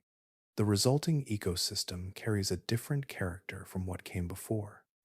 It is less defined by broad, evenly distributed life, and more by concentrated zones where activity gathers and intensifies. Movement aligns with these zones, creating patterns that shift with the currents and the distribution of nutrients. Within this structure, the ocean sustains a form of richness shaped by cold rather than warmth. The energy that moves through it follows new pathways, guided by conditions that favor retention and concentration. As this system settles into place, it establishes a new balance, one where life continues to thrive, though in forms and patterns that reflect the changing nature of the world around it. Distance from the coast begins to take on a different meaning, measured not only in space, but in the gradual thinning of life. Moving inward, the signs of activity lessen with each passing stretch of ground, until they fade into a landscape that holds little trace of movement. What once supported varied forms now carries only the imprint of conditions that no longer sustain them, leaving behind surfaces shaped more by temperature than by living systems. The interior settles into a state where biological processes slow to their limits. Moisture remains locked away for extended periods, preventing the cycles that once supported growth from continuing. Without consistent access to liquid water, the processes that sustain plants and animals cannot take hold, and the ground remains largely unchanged across long spans of time. The absence of renewal becomes a defining feature, creating an environment where little can establish itself. As these conditions extend outward, the regions that can still support life begin to contract. The coastline becomes increasingly significant, forming a boundary where the presence of water and slightly moderated temperatures allow survival to continue. Here, the interaction between ocean and land creates a narrow zone that retains enough variability to support living systems, even as the interior grows more uniform. Within this margin, activity concentrates. Organisms that once occupied broader areas adjust their ranges, moving toward these edges where conditions remain viable. The result is a gathering along the boundary, where space becomes shared among species that depend on the same limited resources. Movement remains present, but it is contained within a narrower band shaped by the constraints of the surrounding environment. The shift toward the edges alters the structure of interactions. Encounters occur within a reduced area, and the patterns that emerge reflect this concentration. Feeding, breeding, and migration align with the availability of space and resources along the coast, creating cycles that repeat within this confined region. The broader expanse beyond remains largely unchanged, holding no equivalent activity to balance what occurs at the margins. Over time, the contrast between interior and coastline becomes more pronounced. The center of the continent carries a stillness that extends across vast distances, uninterrupted by the presence of life that once moved through it. This stillness does not arrive suddenly, but builds through gradual reduction, each cycle removing more activity until only the conditions themselves remain. Sound follows a similar pattern. Along the coast, it continues in varied forms, shaped by movement and interaction, while further inland it diminishes, replaced by the subtle presence of wind and shifting surfaces. The difference between these regions becomes perceptible not through abrupt change, but through the absence of overlapping signals that once filled the space. The overall effect is a continent that transitions from distributed activity to localized presence.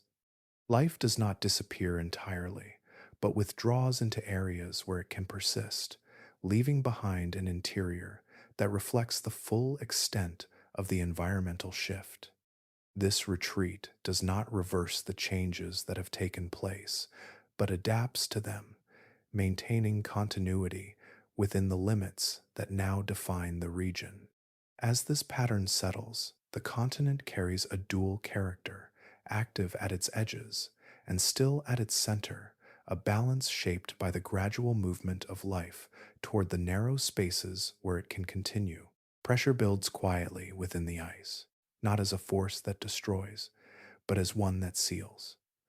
Layers settle upon layers, compressing what lies beneath into a state where movement slows and change becomes limited.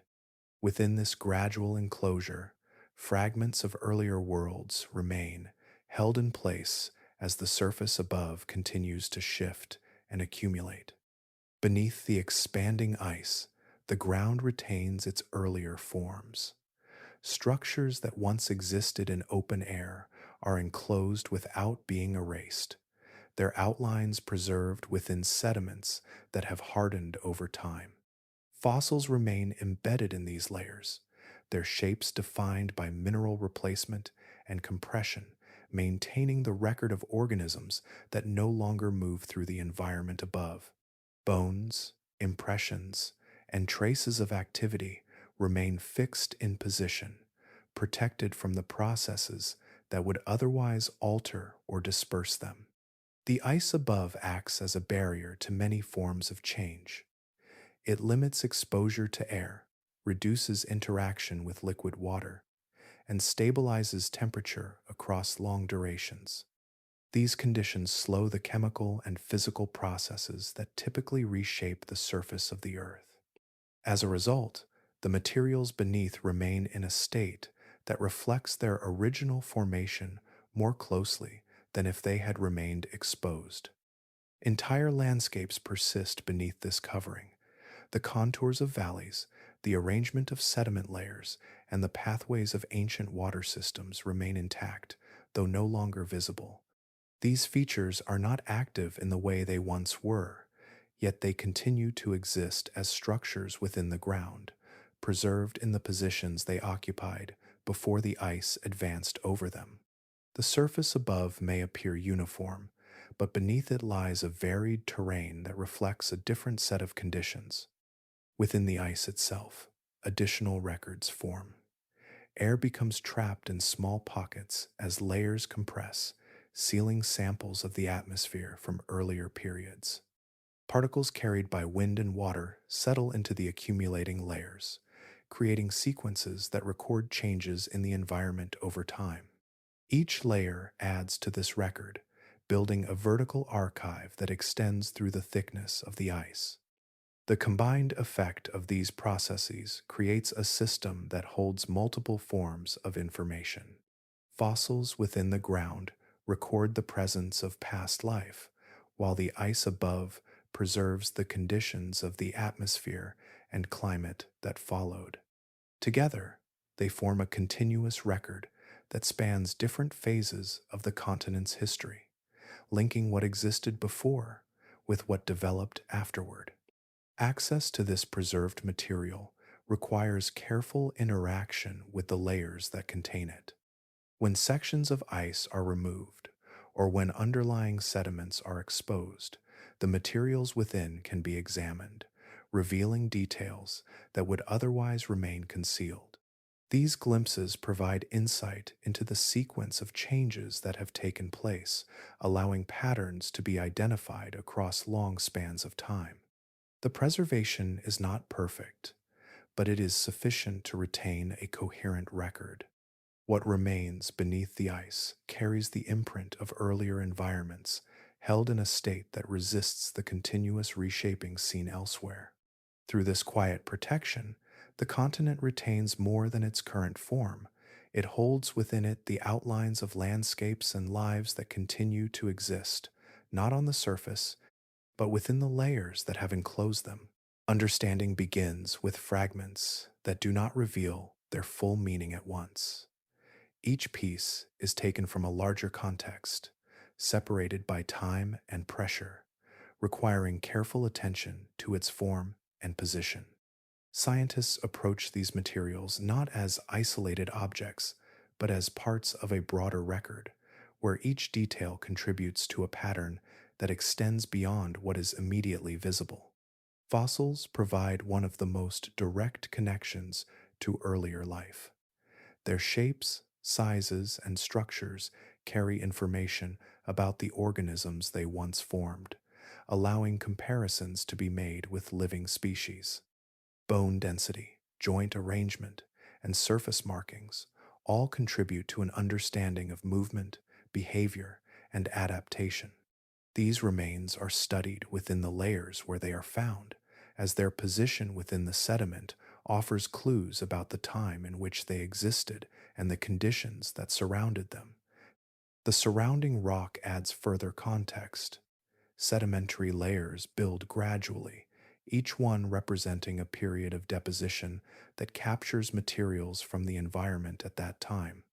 By examining the composition and sequence of these layers, scientists can reconstruct the order in which events occurred. Variations in grain size, mineral content, and embedded materials reflect changes in water flow, climate, and biological activity, forming a record that extends through long spans of time. Ice contributes a different form of evidence. Cores extracted from deep within the ice reveal layers that have accumulated over thousands to millions of years. Each layer contains trapped air and particles that reflect the atmosphere and environment at the time of formation. By analyzing the composition of these layers, scientists can identify changes in temperature, gas concentrations, and the presence of materials carried from distant regions. The sequence of layers provides a timeline that can be aligned with other records, linking atmospheric changes to events recorded in the ground below. Geological mapping connects these individual pieces across larger areas. By studying the distribution of rock types, structures, and formations, scientists can trace how the landscape has evolved. Patterns of folding, faulting, and erosion reveal the forces that have shaped the continent over time. When these patterns are combined with fossil and ice records, they create a more complete picture of how different processes have interacted across the region. The process of interpretation involves aligning these sources of information, identifying where they overlap and where they differ. A fossil found within a specific layer can be compared with data from ice cores and mapped geological features, allowing multiple lines of evidence to converge on a single period or event. This alignment reduces uncertainty, strengthening the connections between separate observations and building a coherent sequence from scattered data. Through this approach, the past is not reconstructed as a single, continuous image, but as a network of linked details. Each fragment retains its own identity, yet contributes to a larger understanding when placed alongside others. The result is a model that reflects both the complexity and continuity of the processes that have shaped the continent. Over time, this accumulation of evidence allows patterns to emerge with greater clarity. What once appeared as isolated findings becomes part of a structured narrative, grounded in physical records that persist beneath the surface. In this way, the past is read not through a single source, but through the careful integration of many, each adding depth and precision to the unfolding understanding of a world that no longer exists in its original form. Time settles here in layers that do not easily disperse, accumulating in forms that remain undisturbed for durations rarely matched elsewhere. Each snowfall becomes part of a sequence, resting upon what came before, gradually compressing into a structure that holds within it the imprint of the conditions under which it formed. These layers do not mix freely, but remain ordered, preserving a chronology that extends far beyond immediate perception. Within this accumulation, the atmosphere itself becomes enclosed. As snow compacts into ice, small pockets of air are trapped between the forming crystals, sealed away as pressure increases. These pockets retain the composition of the air from the moment they were enclosed, holding gases in proportions that reflect the state of the atmosphere at that time. Over long spans, this process creates a vertical archive, where each layer contains a sample of the past, preserved without exposure to the processes that would otherwise alter it. The chemical signatures within these layers provide insight into changes that unfolded gradually across the planet. Variations in carbon dioxide, methane, and other gases reveal shifts in how heat was retained within the atmosphere. These changes can be aligned with patterns observed in other records, linking atmospheric composition to broader climate trends. The ice does not interpret these changes, but it preserves them with a clarity that allows them to be studied in detail. Beyond the gases themselves, the ice contains particles carried from distant regions. Dust, ash, and microscopic materials settle onto the surface and become embedded within the accumulating layers. Each inclusion reflects conditions beyond the continent, carried by air currents that connect different parts of the world.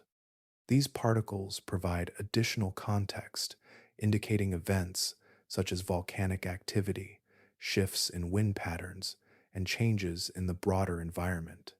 The temperature of past periods can also be inferred through the structure of the ice. Variations in isotopic composition within the frozen water molecules reflect the conditions under which they formed. These subtle differences, measured with precision, allow scientists to reconstruct temperature patterns across long spans of time. When combined with the information preserved in trapped gases and particles, they create a detailed record of how climate has changed. This concentration of information within a single environment makes the continent uniquely valuable for study. The stability of the ice allows these records to remain intact, protected from many of the disturbances that affect other regions. The accumulation occurs continuously, building a sequence that can be traced downward through deeper layers, each one extending further into the past. The surrounding landscape contributes to this record as well. Geological formations and preserved materials beneath the ice provide additional evidence that can be compared with the information contained within it. Together, these sources form a network of data that spans different aspects of the environment, allowing patterns to be identified across multiple scales. Through careful extraction and analysis, these layers reveal connections between past and present conditions. The information they contain does not remain confined to the continent, but extends outward, offering insight into the broader systems that shape the planet. In this way, the ice serves not only as a covering, but as a record, holding within it the traces of time, preserved in a form that allows them to be read long after the moments they represent have passed. Patterns repeat without returning to the same place. What once unfolded across this continent left traces not only in stone and ice, but in the way systems respond when balance begins to shift. The earlier warmth, now preserved only in fragments, carries within it a structure that can be compared to changes observed in other times, revealing parallels that extend beyond a single moment. The movement from one state to another follows pathways shaped by interaction rather than isolation. Temperature alters circulation, circulation reshapes distribution, and distribution influences the forms of life that can persist. These connections remain consistent, even as the specific conditions vary. The earlier transition toward cooler conditions reflects how systems respond when energy is redistributed, just as earlier warmth reflected a different arrangement of the same underlying processes. Within these changes, ecosystems do not remain fixed. They adjust gradually, shifting their composition and boundaries in response to the conditions that surround them. Species expand or contract their ranges, populations reorganize, and interactions between organisms evolve to match the new structure. The process does not occur all at once, but unfolds through repeated cycles that gradually redefine the system. The record left behind shows that these adjustments follow certain patterns. When conditions support abundance, ecosystems tend to expand, filling available space with interconnected forms of life. As those conditions narrow, the same systems contract, concentrating into regions where survival remains possible. This expansion and contraction forms a rhythm that reflects the broader changes occurring within the environment. The earlier warmth that once defined the continent allowed for a wide distribution of life, with systems extending across regions that now lie beneath ice. As conditions shifted, these systems responded by reorganizing, not disappearing immediately, but adapting to the new balance until the limits became too narrow to sustain their previous forms. This progression illustrates how change moves through living systems, not as a single event, but as a sequence of adjustments that accumulate over time. These patterns offer insight into how ecosystems respond to shifts in climate. They reveal that resilience exists within certain bounds, allowing systems to adjust without collapse when changes remain gradual. At the same time, they show that beyond those bounds, transformation becomes unavoidable, leading to new arrangements that differ from what existed before. The connections between past and present emerge through these shared responses. While the specific details of each period differ, the underlying processes remain consistent, linking separate moments through common mechanisms. The study of these earlier transitions provides a framework for understanding how systems behave when conditions change, offering a perspective that extends beyond a single point in time. Within this continuity, the continent holds echoes of its earlier state, not as a direct reflection, but as a record of how change unfolds. The preserved evidence does not recreate the past, yet it allows its patterns to be traced, revealing relationships that persist across different phases of the Earth's history. As these echoes are examined, they contribute to a broader understanding of how environments evolve. They show that change is not isolated, but connected across systems and scales, shaping the distribution of life and the structure of the planet in ways that continue to unfold.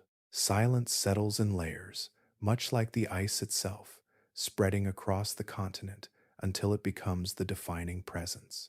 It does not arrive as an abrupt absence, but as the gradual fading of overlapping movements that once filled the space. Where activity once carried across land and water in continuous patterns, the intervals between them begin to widen until only the environment itself remains. The contrast between what existed and what remains is not contained in a single difference, but in the total shift of the system. Earlier, the continent supported networks of interaction that extended across multiple environments, linking water, land, and air into a continuous exchange. Movement defined these spaces, shaping the rhythm of life through repeated cycles that sustain themselves over time. Now, those connections no longer operate in the same way, leaving behind a structure that functions under entirely different conditions. The surface reflects this transformation. What was once varied in texture and composition becomes uniform, shaped by forces that smooth and level rather than build and diversify. The complexity that once defined the ground is replaced by a consistent covering, one that changes slowly and offers few variations across vast distances. This uniformity extends outward, creating a landscape where distinction becomes difficult to perceive. Within this setting, sound diminishes. Along the edges, there are still traces of activity, but they do not extend far beyond those boundaries. As distance from the coast increases, these signals fade, replaced by the subtle movement of air and the shifting of surfaces that carry no indication of biological presence. The absence is not empty in the sense of lacking form, but in the absence of interaction that once defined the space. Time continues to pass within this stillness, yet it does so without the visible markers that once accompanied it. Seasonal changes remain, but they express themselves through variations in light and temperature rather than through cycles of growth and movement. The processes that once left clear traces upon the landscape now occur in ways that do not produce the same visible outcomes, reinforcing the sense of continuity without change. Beneath this surface, the earlier world persists in a different form, held within layers that no longer interact with what lies above. The contrast between these two states exists simultaneously, one active in its time, the other preserved without motion. The transformation does not erase what came before, but separates it from the present, placing it beyond direct experience. The continent, in its current state, carries a presence defined by this separation.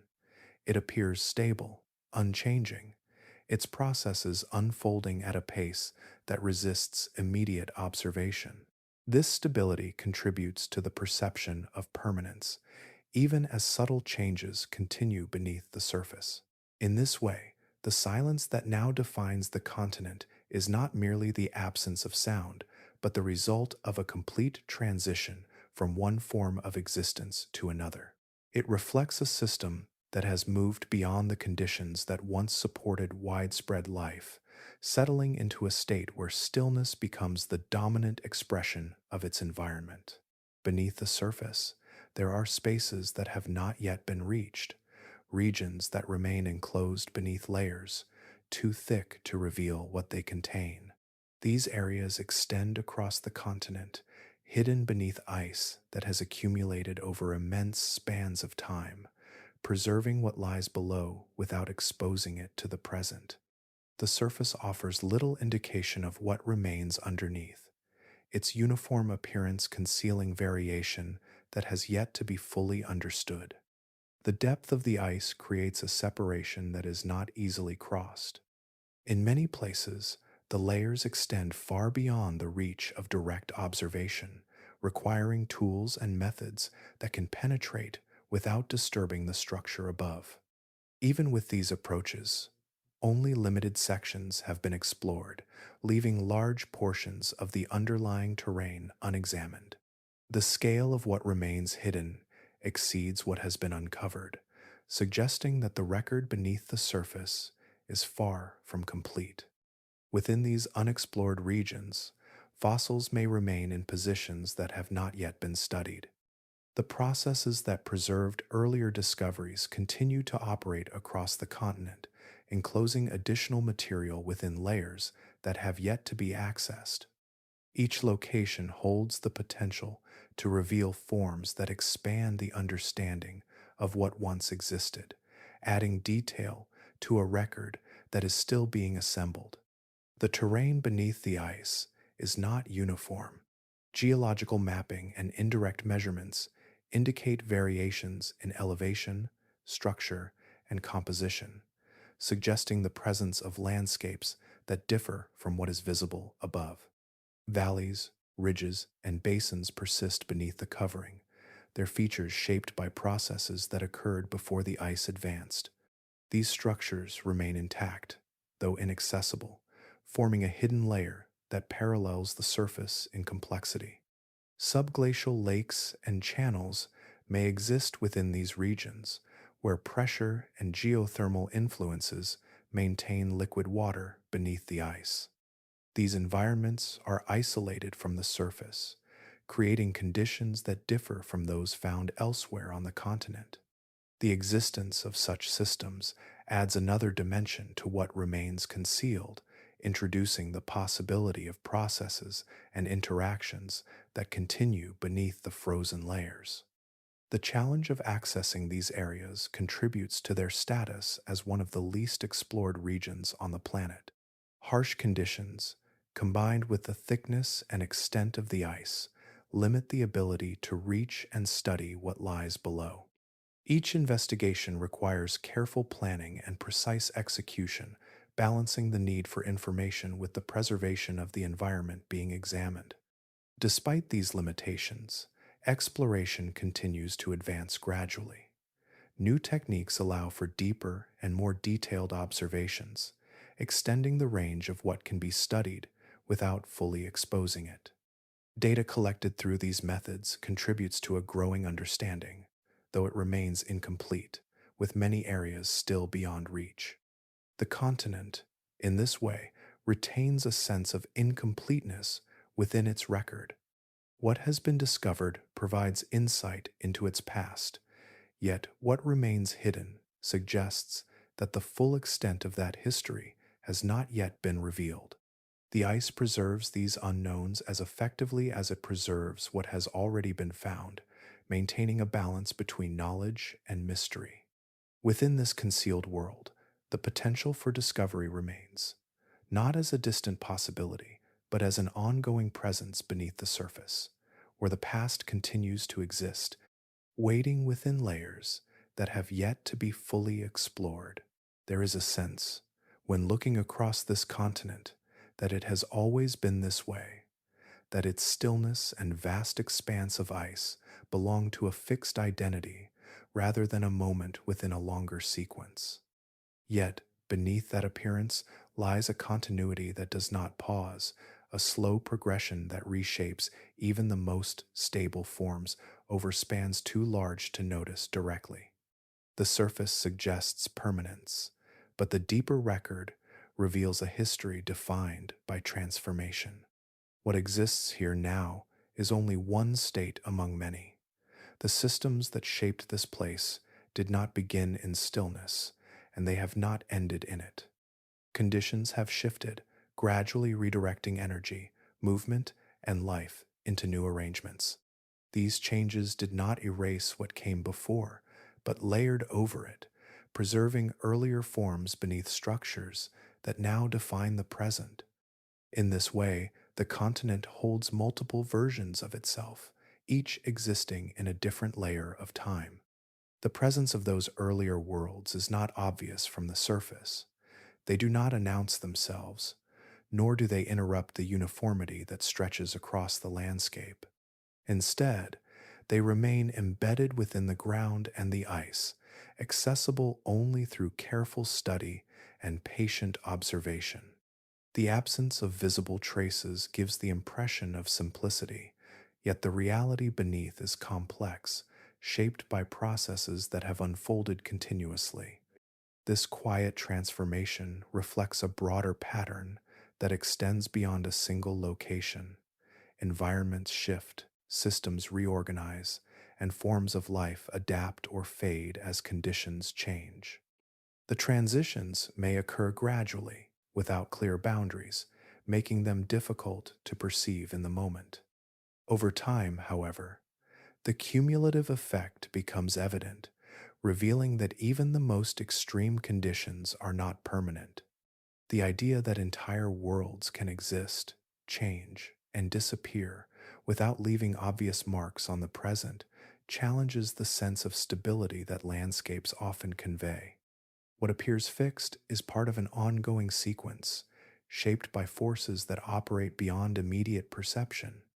The continent stands as an example of this process, its current state representing a phase rather than an endpoint. Beneath the ice, the earlier chapters remain, not as distant abstractions, but as physical records that continue to exist. They offer a connection to conditions that no longer define the surface, allowing those past environments to be understood through the materials they left behind.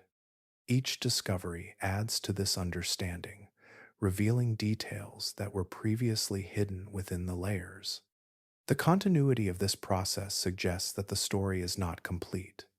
Just as earlier states have been preserved beneath the surface, new changes continue to unfold, contributing to the ongoing sequence. The continent remains part of a system that evolves, even when its surface appears still. If you find yourself drawn to these slow, unfolding stories of Earth's past, you can continue exploring them here, following the traces that remain and the patterns that connect them, as each layer reveals a little more of a world that is always changing, always holding more than what first appears.